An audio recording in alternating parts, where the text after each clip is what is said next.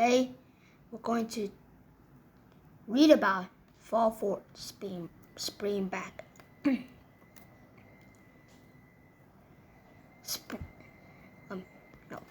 don't know what I mean. Written by Karen Mugler, illustrated by Nicholas Jackson. Yeah, this book, all of you guys, I remember this book I read last time, but the last time I read, well, let's just say that it would have gone better. No, I mean like, yes. Anyways, let's continue. Focus question. What does Nola learn about daylight saving time? At 8 years old, Nola O'Connor had already been late so many times.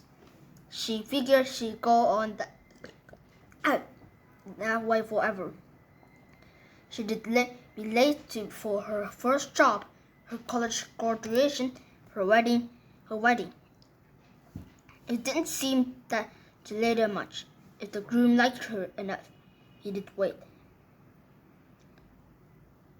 The summer after Nola finished second grade, her family moved from Arizona to Colorado. The move brought new friends, a new school, and a new home. But one thing did not change. Nola was still late for everything. So sad. This book will this time Nola will not will early again. Will early, not late. The first day in November, Nola's teacher sent the class home with a reminder that they saved light-saving time ended that weekend. Before you go to bed Saturday night, remember to adjust your clocks an hour, he said. Spring forward, fall back. And if you like the parades, don't forget the fall festival on Sunday. Nola has never witnessed that parade. Her friends said the fall festival parade has a way in springy floats, animals, live music, and dancers on stilts. She really wants to see it. That night at dinner, Nola asked her mom if they could go to the parade. I won't be there, but Mom reminded her. But I'll bet Plubbo could take you. Plubbo was Nola's big brother, 16 and always sleepy. He would be in charge while their mom was away. Can you take me to the parade? Nola asked Plubbo. There would be floats. Root beer floats? Plubbo asked. Nola laughed, and so did Mom. The parade was at 10 o'clock.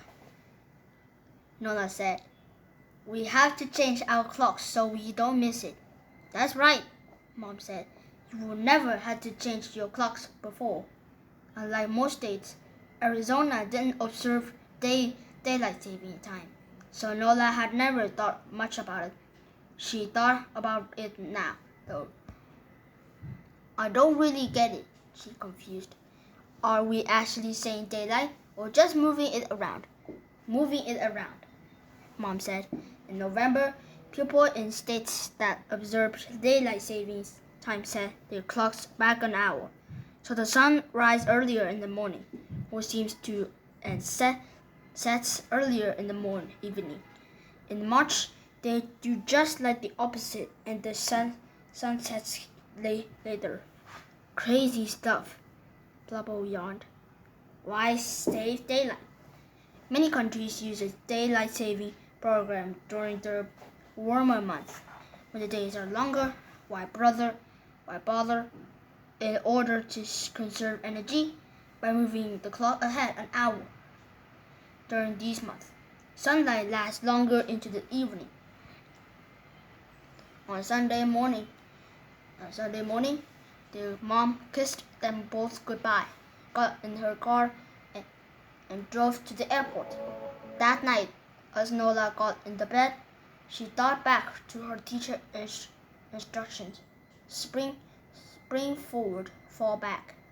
Or was it fall forward, spring back? Nola hesitated.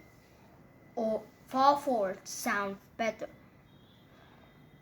So she set her clock forward an hour. Just like that, she shaved an hour of the day. Now it was past her bedtime. Late again. Time, Nola sighed, is not my friend. Nola slept the next morning. When she woke, her clock said 10:50.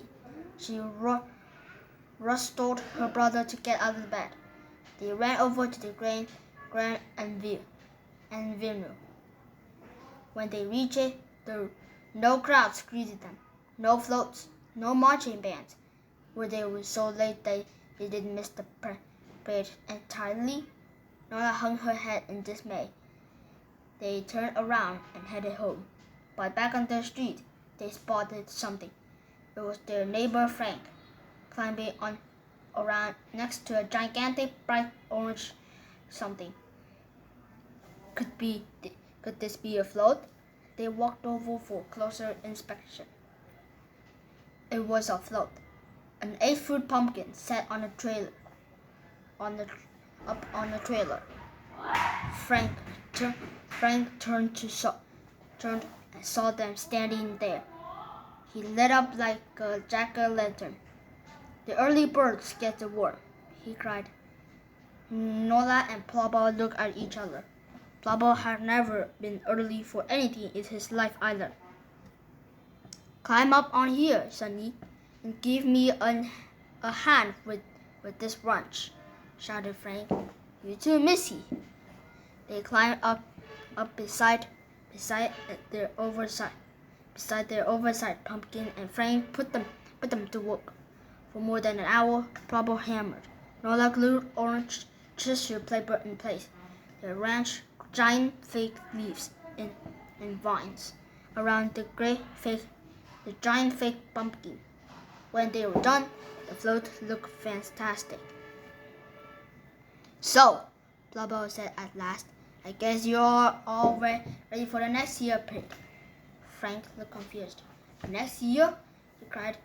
When you're my age, Sonny, you don't plan for next year. Put your seatbelt on. We got a parade to get to. Just then, Nola and Plubbo heard the first note on the marching band. They blinked in confusion. Wait a minute, Nola said. Wasn't the parade at 10 o'clock today? Was it at 10? Frank cried.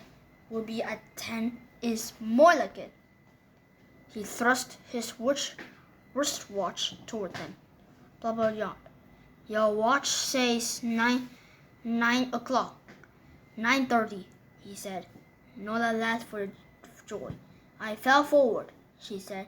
I need to fall back. Nola had sprung forward an hour when everybody else had fallen back an hour. That meant she and Plubbo were now 2 hours ahead of everybody else. For once in their lives, they were early. You woke me up 2 hours early?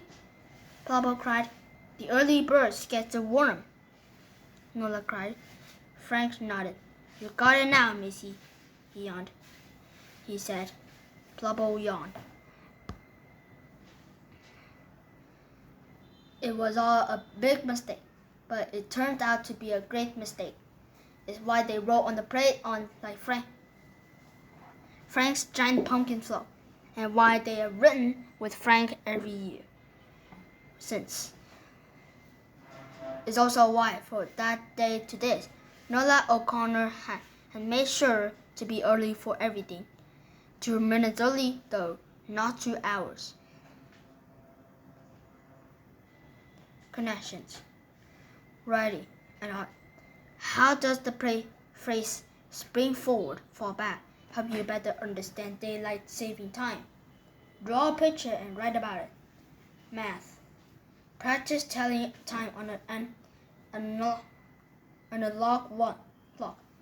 Tell time to the hour, half hour, and a quarter hour. Discuss with the partner what each hand represents when telling time.